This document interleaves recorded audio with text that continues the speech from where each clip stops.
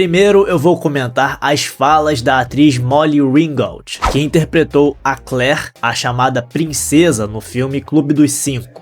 Durante uma apresentação num painel comemorativo de 40 anos do filme, a Molly disse que Clube dos Cinco é um filme muito datado e que não representa o mundo de hoje. E já de saída eu digo que essa fala não faz o menor sentido. Ou até faz se você quiser transformar todos os filmes antigos em vítimas de lacração, reinterpretação moderna, mas isso não é justo e muito menos necessário. Ela também disse, é um filme muito branco, você não vê muitas etnias diferentes, não falamos sobre gênero, nada disso.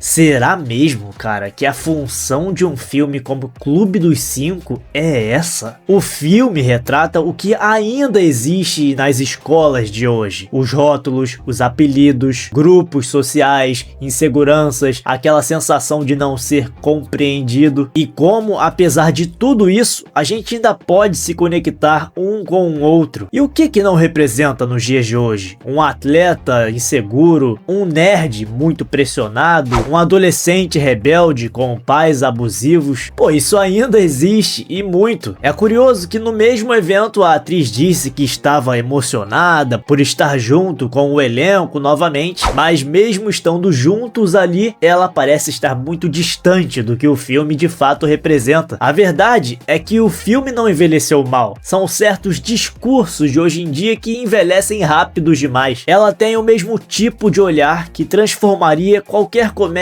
dos anos 80 e 90 em problema social. E se você ainda acha que Clube dos Cinco não representa de fato o mundo atual, é só você olhar quantas vezes ele é citado, copiado, parodiado, homenageado nas últimas décadas, e se não representasse ninguém, ninguém lembrava dele. Bom, dito isso, vamos então falar do filme, que é o que realmente interessa. Em 15 de fevereiro de 1985, John Hughes deixou um pouco de lado aquelas comédias leves de adolescente e decidiu fazer algo mais maduro.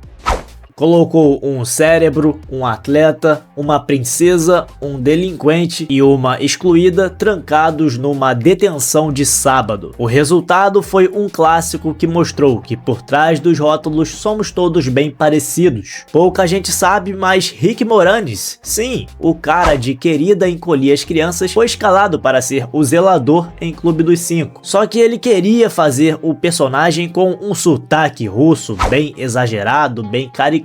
John Hughes não gostou da ideia, então acabou rolando diferenças criativas e o papel acabou sobrando para John Kapelos. Antes das câmeras rodar, o elenco de Clube dos Cinco ensaiou tudo como se fosse uma peça da Broadway. John Hughes queria que os atores estivessem muito entrosados, então repetiam e repetiam como se estivesse fazendo uma peça de teatro, o que ajudou a criar aquela química que a gente vê na tela. E já que estamos falando do elenco, Emílio Esteves inicialmente seria o Bender, o delinquente. Mas como ninguém se encaixava bem no papel do atleta Andrew, John Hughes decidiu inverter. Esteves virou o esportista e o papel de Bender acabou nas mãos de Judd Nelson.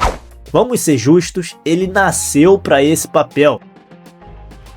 No mesmo ano, os três protagonistas, Emílio Esteves, Ellie Sheed e Judd Nelson, também estrelaram o filme O Primeiro Ano do Resto de Nossas Vidas, que é um filme que conta uma história sobre estudantes depois da formatura, meio perdidos, tentando encarar a vida real. É tipo uma continuação espiritual de Clube dos Cinco, só que em outro universo.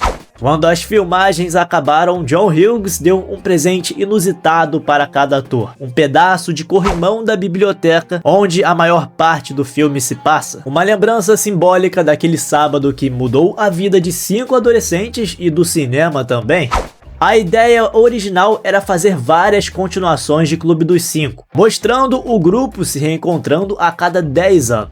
Mas isso nunca saiu do papel, principalmente por causa da treta entre John Hughes e Judd Nelson. John Hughes chegou a dizer que nunca mais trabalharia com Judd Nelson, porque o ator, nos bastidores, levou tanto a sério o papel que ficava no personagem até fora das câmeras, intimidava o restante do elenco e quase foi demitido por isso. Quem salvou o Nelson foi o ator Paul Gleason, que interpretou o diretor Vernon. Ele convenceu John Hughes que aquilo fazia parte do processo e que Judd Nelson só estava 100% comprometido com o personagem. Você acredita que John Hughes escreveu o roteiro de Clube dos Cinco em apenas 2 dias? Isso mesmo, 4 e 5 de julho de 1982, num piscar de olhos, e criou um dos maiores clássicos dos anos 80. Hoje em dia, passam meses e meses escrevendo e não sai um filme bom. Dizem que existe por aí uma versão do diretor, uma versão estendida, com várias cenas que foram cortadas, com previsão do futuro dos alunos, alguns que viraram fumantes, outros que brigaram com os pais. Essa versão aí ninguém sabe onde tá, e pelo visto nós só vimos a ponta do iceberg. E agora eu quero saber a sua opinião. Gosta de Clube dos Cinco? O meu personagem favorito do filme é o do Judd Nelson. Diga pra mim qual dos 5 é o seu. Deixe também o seu like, porque assim o YouTube vai entender que o conteúdo foi relevante, vai sugerir pra mais pessoas. Dessa forma, mais gente chega aqui no canal. E se você for novo por aqui, te convido a se inscrever no canal, ativando o sininho para não perder os próximos conteúdos. E até o próximo vídeo!